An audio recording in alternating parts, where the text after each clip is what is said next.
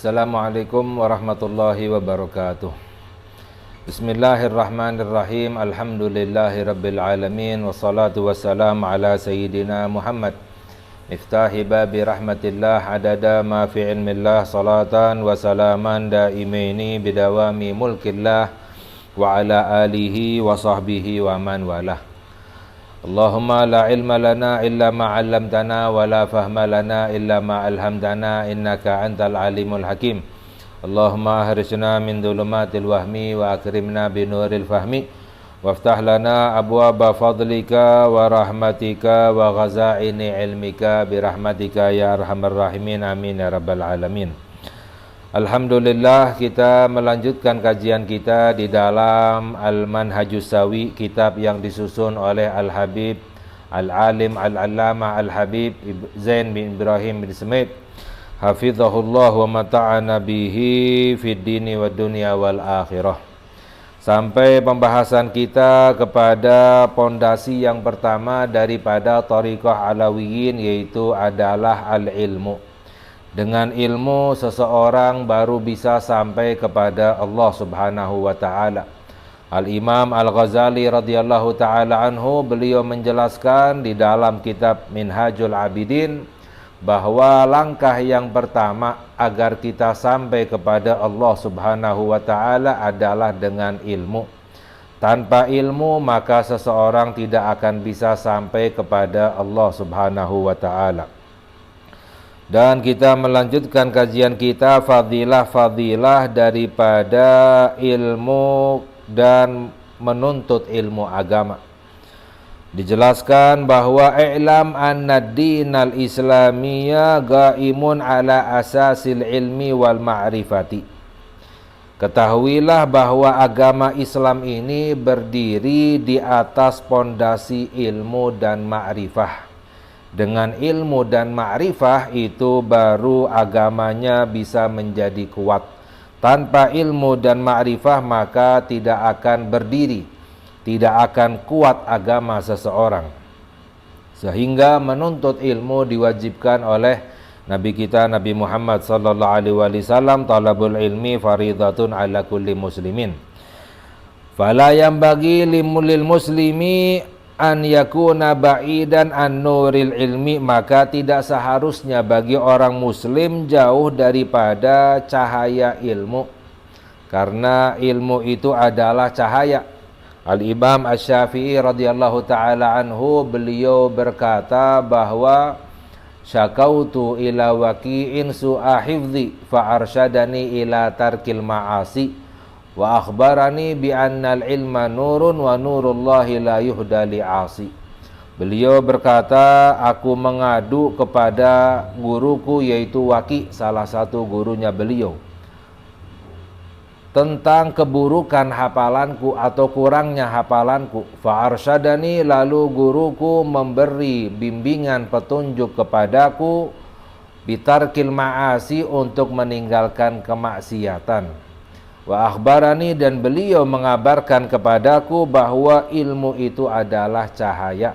Wa nurullahi la yuhda li'asi, dan cahaya Allah tidak berikan kepada orang yang berbuat maksiat. Jadi ilmu itu adalah cahaya. Seorang muslim itu tidak boleh jauh dari cahaya ilmu. Balla budda ayyaktabisa minal mirathin nabawiyyi. Seorang muslim itu harus untuk mengambil ilmu pelajaran daripada warisan Nabi. Sebab ilmu itu adalah warisan Nabi Muhammad sallallahu alaihi wasallam. Diriwayatkan bahwa salah satu sahabat mengabarkan setelah wafatnya Nabi Muhammad sallallahu alaihi wasallam, mengabarkan kepada orang-orang yang ada di pasar bahwa warisannya Nabi Muhammad sallallahu alaihi wasallam sedang dibagi-bagikan di masjid. Orang-orang yang ada di pasar langsung berangkat ke masjid, namun melihat tidak ada apa-apa kecuali hanya ada majelis ilmu. Ketika menanyakan kepada sahabat tersebut, sahabat itu menanyakan, apa yang kamu lihat? Orang-orang yang ada di pasar menjawab, kami hanya melihat majlis ilmu. Lalu beliau menjawab bahwa itu adalah warisan Nabi. Sebab Nabi Muhammad SAW itu tidak mewariskan harta, namun mewariskan ilmu. Jadi seorang muslim harus mengambil warisan Nabi, yaitu ilmu. Fa innal ulama'a warathatul anbiya, sesungguhnya ulama itu adalah pewarisnya para nabi. Fa'an Muawiyah radhiyallahu ta'ala anhu qala sami'tu Rasulullah sallallahu alaihi wasallam yaqulu man yuridillahu bihi khairan yufaqihu fid din. Juga diriwayatkan dari sahabat Muawiyah radhiyallahu taala anhu, beliau berkata, aku mendengar Rasulullah sallallahu alaihi wasallam bersabda, barang siapa yang Allah inginkan kebaikan kepadanya, maka Allah ajarkan kepadanya ilmu agama. Jadi tanda hamba yang ingin Allah berikan kebaikan kepadanya, Allah ajarkan kepadanya ilmu agama. Maknanya Allah jadikan hamba itu belajar ilmu agama.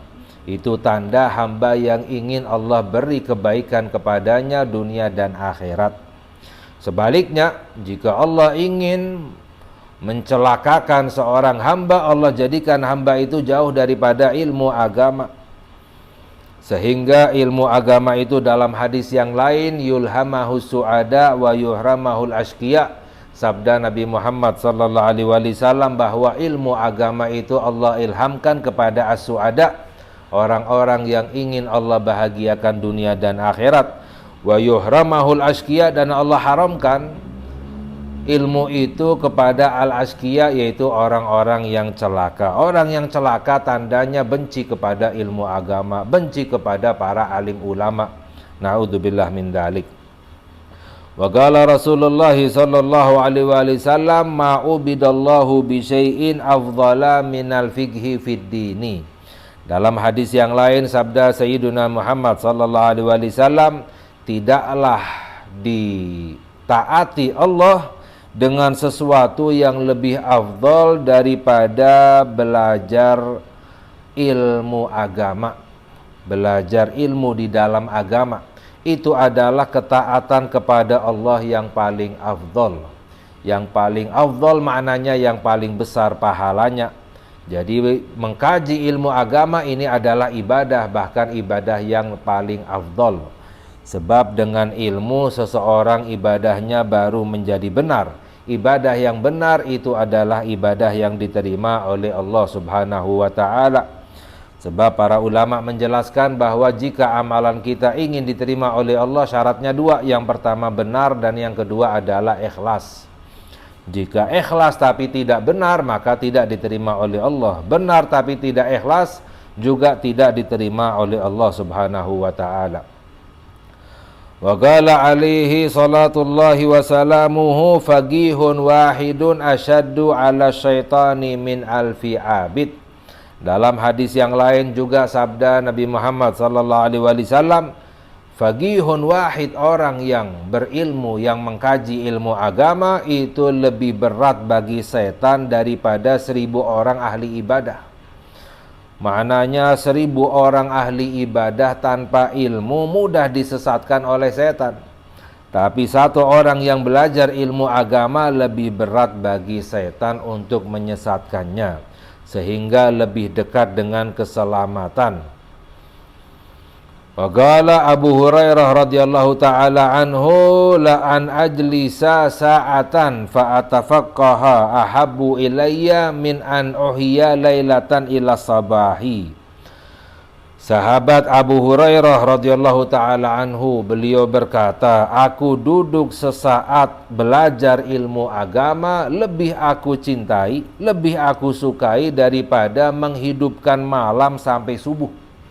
Ibadah sampai subuh, tahajud sampai subuh, lebih aku sukai belajar ilmu agama walaupun sesaat. Mengapa? Karena beliau mengetahui bahwa belajar ilmu agama lebih besar fadilahnya dari Allah Subhanahu wa ta'ala.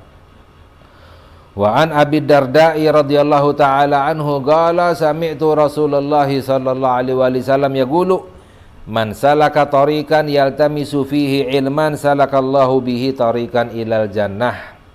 Sabda Nabi Muhammad sallallahu alaihi wasallam yang diriwayatkan oleh Abu Darda, bahwa barang siapa yang menempuh jalan mencari ilmu di dalamnya, maka Allah mudahkan jalannya menuju sorga. Jadi maknanya apa? Orang yang tidak mengkaji ilmu agama susah untuk mencari jalan menuju sorga. Jalan menuju sorga itu Allah mudahkan dengan mengkaji ilmu agama. Dimudahkan oleh Allah subhanahu wa ta'ala. Wa innal malaikata latadha'u ajnihataha li talibil ilmi ridhan bima yasna. Dan sesungguhnya para malaikat menurunkan sayapnya, meletakkan sayapnya untuk orang-orang yang belajar ilmu agama, menuntut ilmu, karena merasa ridho para malaikat terhadap apa yang dikerjakan oleh orang-orang yang menuntut ilmu. Jadi para malaikat menunjukkan rasa ridhonya, rasa cintanya kepada orang-orang yang menuntut ilmu dengan meletakkan sayapnya.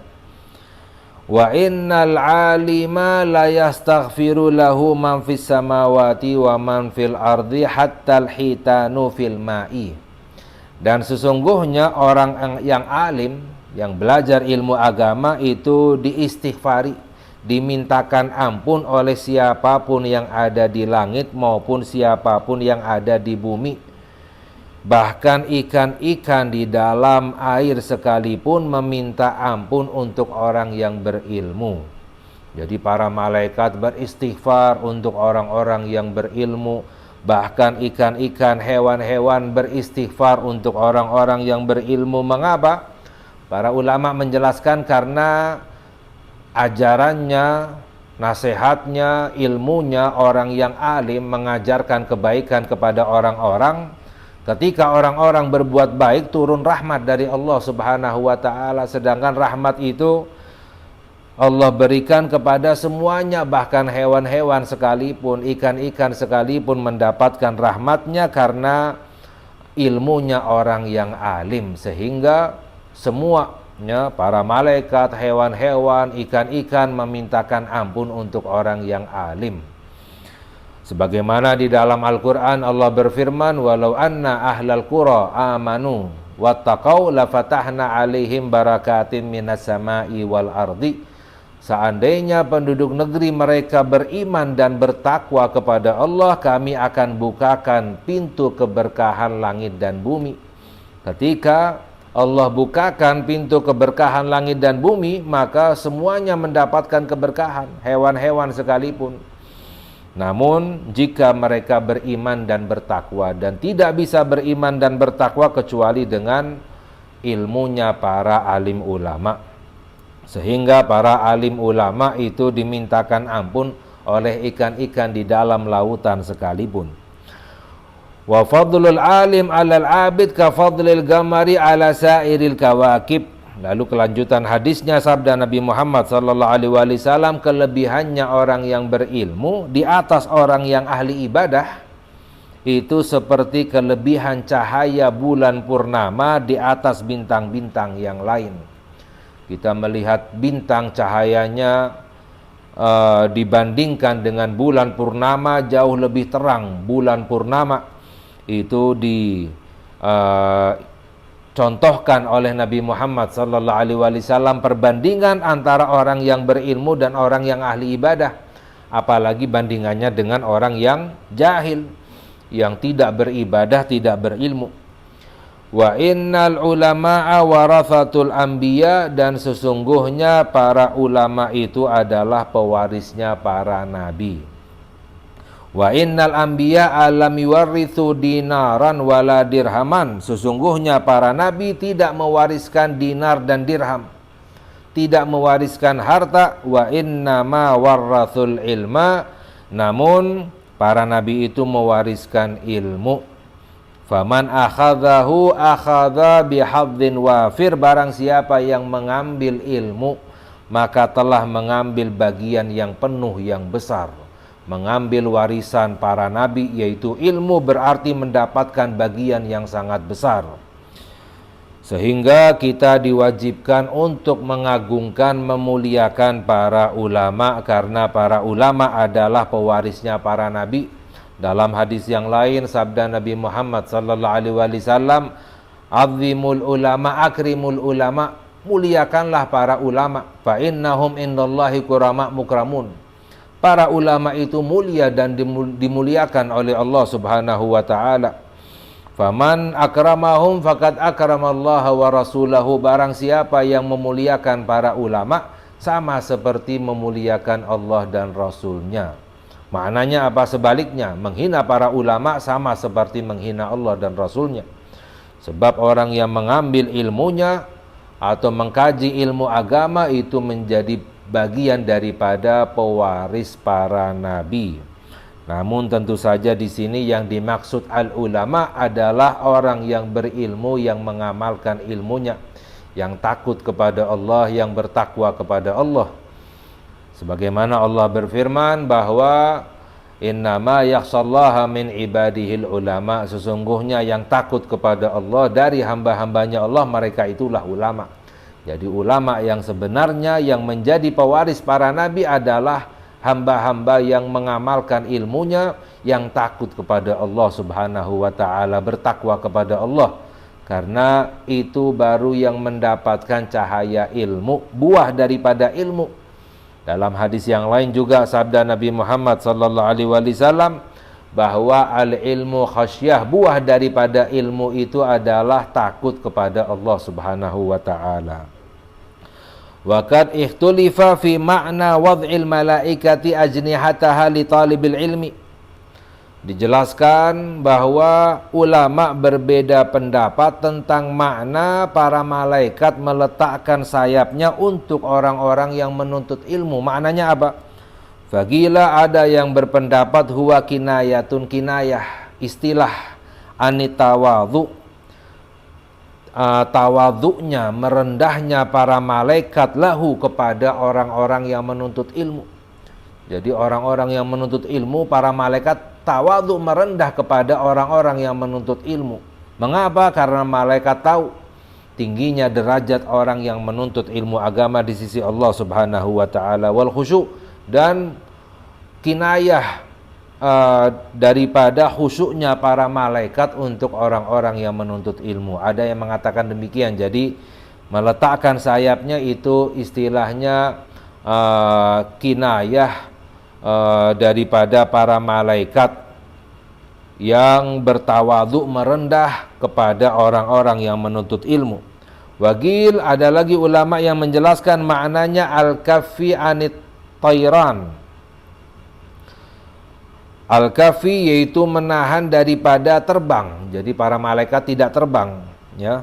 Jadi istilah para malaikat lin nuzul indahu wal huduri ma'ahu, para malaikat turun, ya, dan hadir bersama orang-orang yang menuntut ilmu agama. Jadi istilah turun, meletakkan sayapnya, tidak terbang, para malaikat hadir duduk bersama orang-orang yang menuntut ilmu.